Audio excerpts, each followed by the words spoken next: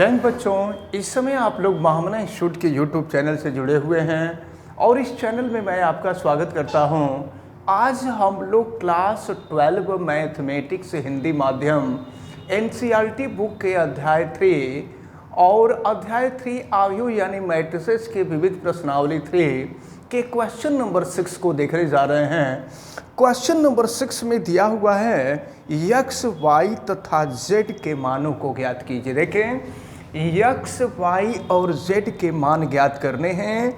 यदि आव्यूह a की वैल्यू दिया हुआ है और फिर कह रहे समीकरण a-a को अगर संतुष्ट करता है तो हमसे x, y, z की वैल्यू ज्ञात करनी है। तो एक काम करते, देखिए ये a की वैल्यू है और हम यहाँ से a' की वैल्यू ज्ञात कर लें। तो देखें a' की वैल्यू ज्ञात कर लें। a' का मतलब a का ट्रांसपोज मैट्रिक्स, और चलिए ट्रांसपोज मैट्रिक्स देखते हैं फिर क्या मिलता है। तो आपको पता है कि स्तंभ को पंक्ति में, पंक्ति को स्तंभ में कन्वर्ट कर देते हैं तो ट्रांसपोज मैट्रिक्स मिल जाता है। ये हो जाएगा 0x x 2y y minus y z minus z z, ये a' हो जाएगा। अब हमको a' कर देंगे। तो चलिए a' इंटू a की वैल्यू निकालते हैं। तो देखिए a' की वैल्यू है 0 2y z x y minus z x minus y z, और फिर a की जो वैल्यू है 0x x 2y y minus y z minus z z। अब हम यहाँ पे इन दोनों का गुणा कर लेंगे। तो चलिए दोनों का गुणा करते हैं और फिर देखते हैं क्या मिलता है। आपको पता है कि पहले अवयव के स्तंभों की संख्या जब दूसरे अवयव के पंक्तियों की संख्या के बराबर होता है तभी दोनों अवयवों का गुणा होता है। देखिए पहले में स्तंभों की संख्या 3 है, दूसरे में पंक्तियों की संख्या 3 है। इसका मतलब इन दोनों अवयवों का गुणा हो सकता है। अब चलिए गुणा जो है हमेशा पंक्ति का स्तंभ में गुणा होता है। चलिए गुणा करते हैं तो देखते हैं फिर क्या मिलेगा। 0 इंटू 0 0 हो जाएगा, x into x x square हो जाएगा, फिर x into x x square हो जाएगा। फिर देखते हैं दूसरे वाले में हम मल्टीप्लिकेशन करते हैं और देखते हैं कि दूसरे वाले में क्या होता है। तो फिर 0 का 2y में मल्टीप्लिकेशन करेंगे 0 हो जाएगा, फिर y के साथ करेंगे तो xy हो जाएगा, और फिर माइनस y के साथ करेंगे तो ये माइनस xy हो जाएगा। फिर आगे देखते हैं क्या मिलता है। फिर थर्ड कॉलम में करते हैं तो 0 का z में गुणा करेंगे 0 हो जाएगा, फिर x का माइनस z में गुणा करेंगे माइनस xz हो जाएगा, और फिर z में करेंगे तो ये हो जाएगा प्लस xz। फिर हम आगे बढ़ रहे हैं और देखें क्या मिलता है। फिर अब हम दूसरी पंक्ति का गुणा करेंगे। तो दूसरी पंक्ति का गुणा करेंगे, फिर देखें तो 2y का 0 में 0 हो जाएगा, फिर y का x में मल्टीप्लाई करेंगे xy हो जाएगा, फिर माइनस y का x में करेंगे माइनस xy हो जाएगा। फिर दूसरे कॉलम में करेंगे ये हो जाएगा आपका 4y स्क्वायर, और फिर फिर ये y इंटू वाई ये हो जाएगा y स्क्वायर, और फिर देखें माइनस y का माइनस y में मल्टीप्लिकेशन होगा तो ये भी हो जाएगा y स्क्वायर। अब इसके बाद हम तीसरे कॉलम में करते हैं मल्टीप्लिकेशन। तो देखते हैं तीसरे कॉलम में करें तो क्या होगा। ये हो जाएगा आपका 2yz, और फिर हो जाएगा माइनस yz, और फिर ये माइनस yz हो जाएगा जब लास्ट वाले में करेंगे। तो फिर देखिए क्या हो जाएगा। z का हम करते हैं तो z का करेंगे तो फिर देखें क्या मिलता है। हाँ, फिर ये देखें अब हम जो है तीसरे पंक्ति का गुणा कर रहे हैं। तो 0 में करेंगे 0 हो जाएगा, ये हो जाएगा माइनस zx, और प्लस ये हो जाएगा आपका zx।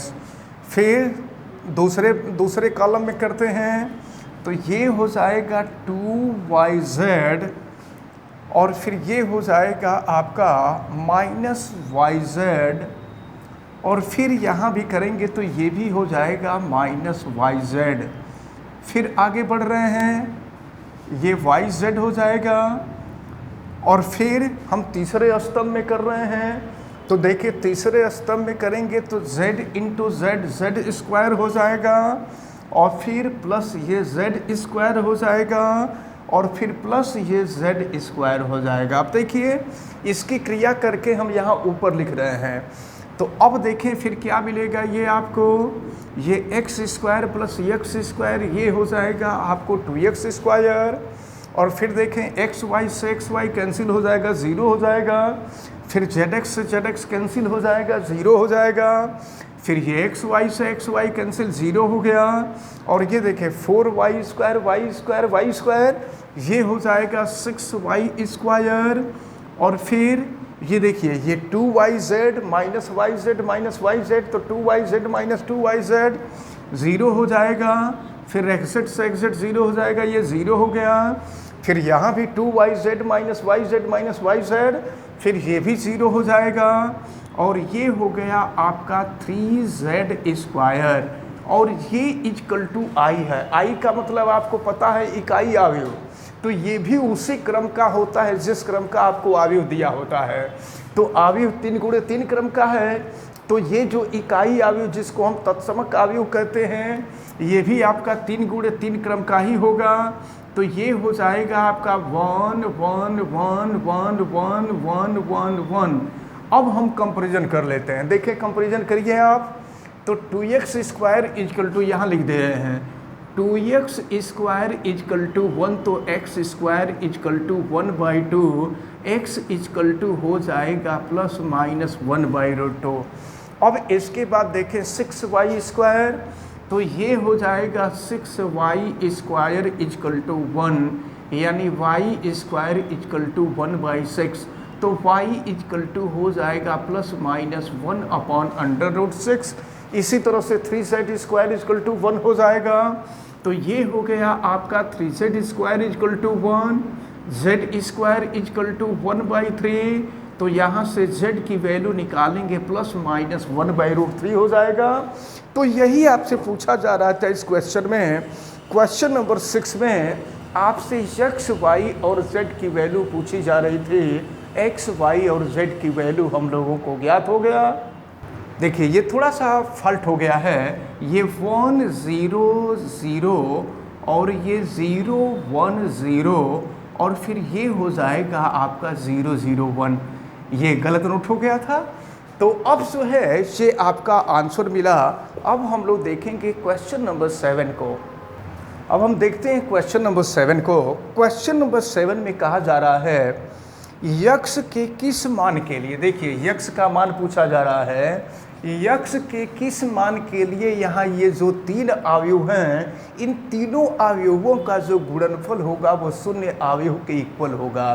तो देखिए हम लोग एक काम करेंगे भाई, 3 अवयवों के गुणन का कोई सिस्टम तो होता नहीं है, तो पहले 2 अवयव का गुणा करें और इसके बाद जो आएगा उसमें तीसरे अवयव का गुणा कर देंगे।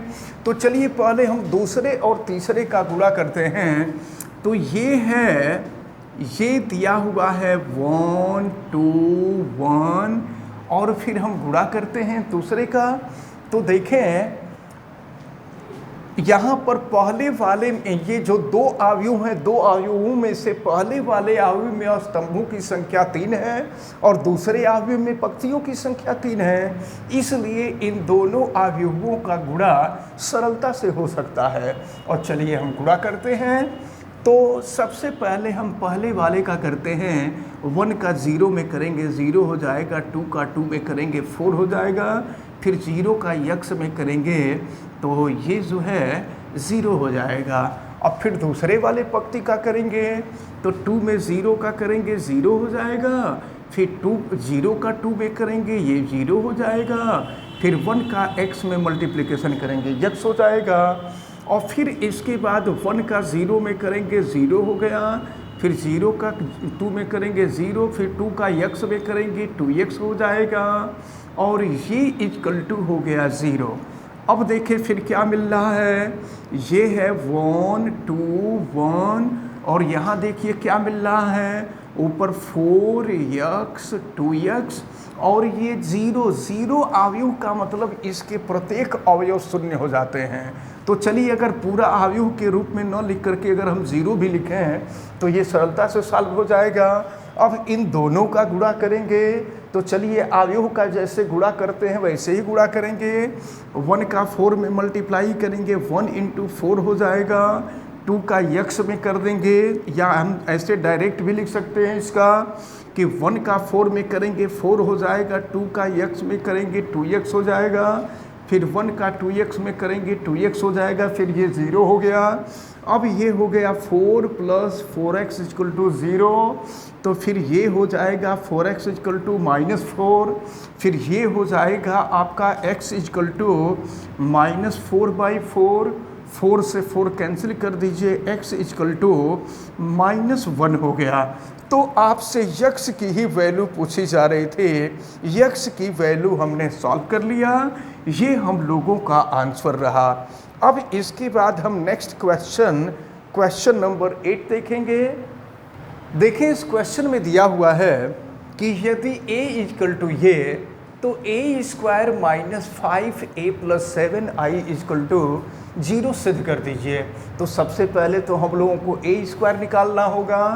चलिए a² निकालते हैं, तो a² इक्वल टू हो जाएगा a इंटू a और फिर ये हो जाएगा आपका 3 - 1 1 2 और फिर वही चीज़ 3 - 1 1 2। अब हम इन दोनों का मल्टीप्लिकेशन कर लेते हैं, तो दोनों का मल्टीप्लिकेशन करने के बाद देखते हैं क्या मिलता है।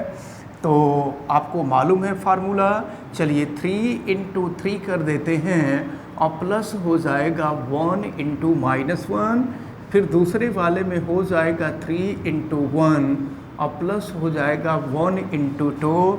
अब आ जाइए दूसरे पंक्ति में, तो -1 इंटू 3 और प्लस हो जाएगा 2 इंटू -1, फिर दूसरे कॉलम में करते हैं -1 इंटू 1 और प्लस हो जाएगा 2 इंटू 2। अब हम इसको देखते हैं कि इसकी वैल्यू क्या आती है। तो अब देखें यहाँ a² इक्वल टू ये 3 इंटू 3 9 हो जाएगा और माइनस हो गया 1। फिर यहाँ देखें नीचे क्या होगा, -3 - 2 और ये हो जाएगा आपका 3 + 2, ये हो गया -1 + 4। फिर देखें ये क्या मिलेगा, तो 9 - 1 8 हो जाएगा, ये 5 हो गया, ये -5 हो गया और 4 - 1 3 हो जाएगा, तो ये a² हो गया। अब हम सीधे वैल्यू निकालते हैं, a² - 5a की वैल्यू निकालते हैं। तो अब देखिए a² की वैल्यू है, a² की वैल्यू है 8 5 -5 3 और -5 a में 5 से मल्टीप्लाई कर देंगे। तो चलिए a में हम 5 से मल्टीप्लाई करते हैं, तो ये हो जाएगा 15, ये हो जाएगा 5, ये हो गया -5 और फिर ये हो जाएगा आपका 10। और फिर चलें इसको हम सॉल्व कर लेते हैं, फिर देखिए क्या मिलेगा। तो यहाँ पर 8 - 15, तो 8 - 15 -7 हो जाएगा, 5 - 5 0 हो जाएगा, -5 - -5 तो ये भी 0 हो जाएगा और 3 - 10 ये हो गया आपका -7। तो अब देखिए a² - 5 निकल गया। अब हम तीनों स्टेप इकट्ठे निकाल लेते हैं, तो a² - 5a + 7i, और आपको मालूम है कि i इकाई अवयव होता है और ये इकाई अवयव उसी क्रम का होता है जिस क्रम का अवयव आपको दिया होता है। तो ये 1 0 0 1 हो जाएगा। तो चलिए अब इसको सॉल्व करते हैं। तो a² - 5a की वैल्यू हमने निकाल लिया है, ये वैल्यू है -7 0 0 -7 और फिर +7i, i में 7 से मल्टीप्लाई कर दीजिए, तो I में अगर आप 7 से मल्टीप्लाई कर देते हैं तो ये हो जाएगा 7007। अब दोनों को जोड़ दीजिए आप, तो दोनों को जोड़ देंगे -7 + 7 0 हो जाएगा और ये सब 0 0 0 0 हो जाएगा, यानी ये शून्य आयु हो जाएगा और यही आपको सॉल्व करना था। तो इस प्रकार आज जो है हम लोग क्वेश्चन नंबर 6, क्वेश्चन नंबर 7 और क्वेश्चन नंबर 8 देखें। हमें उम्मीद है कि ये तीनों क्वेश्चन आपको बहुत अच्छी तरह से समझ में आए होंगे। आप वीडियो को लाइक ज़रूर कीजिएगा और अगर चैनल पे नए हैं तो चैनल को सब्सक्राइब भी कर लीजिएगा। चैनल सब्सक्राइब करने के लिए यूट्यूब पे महामना इंस्टीट्यूट को सर्च कीजिए और फिर रेड कलर के सब्सक्राइब वाले बटन को क्लिक कर दीजिए, चैनल सब्सक्राइब हो जाएगा। अगर किसी प्रकार की कोई दिक्कत समझ में आती है तो आप हमें कमेंट करके बतावें। बेल आइकन को भी प्रेस करें ताकि प्रतिदिन पढ़ने वाले वीडियो की सूचना आपको मिलती रहे। वीडियो को मैक्सिमम स्टूडेंट तक शेयर करें ताकि मैक्सिमम स्टूडेंट इसको अच्छी तरह से समझ सकें। आप सभी लोगों का बहुत बहुत धन्यवाद। जय हिंद।